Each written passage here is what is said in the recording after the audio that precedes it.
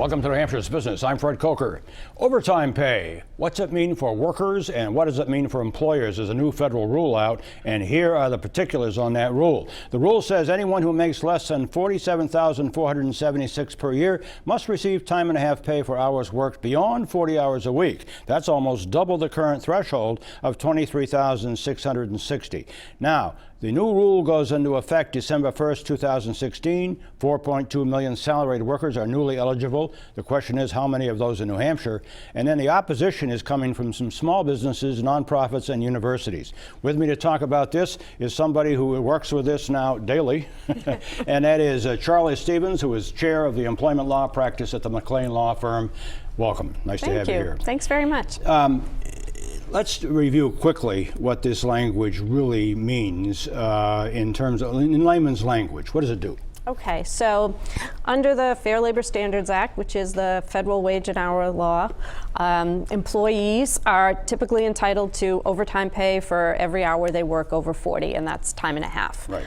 There are exemptions to that, and one of the exemptions are the white-collar exemptions, as they call them, and that's executives, professionals.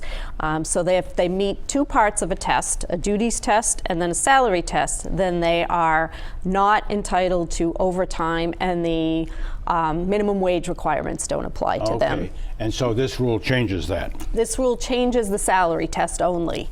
Doesn't touch the duties test, changes the salary test, and as you said earlier, just about doubles the minimum salary threshold in order to be considered exempt.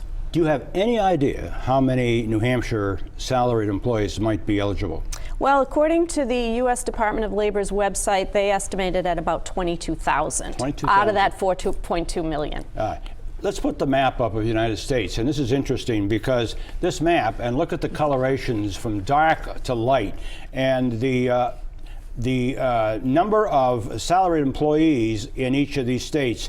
The number is high in the darkest states and low in the lightest states, and you can see New Hampshire is on the lighter side at 22,000. I thought that was an interesting map to throw up there.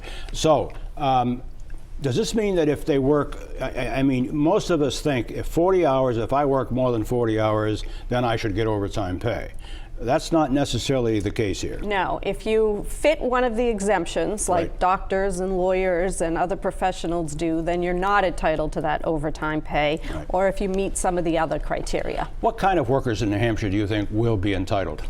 I think the ones that are going to be most affected are probably in retail, hospitality, service industry, and then nonprofits. And there have been a lot of comments by nonprofits about how this change will affect them. There's some opposition, in fact, among small businesses and nonprofits. What kind of opposition do you hear?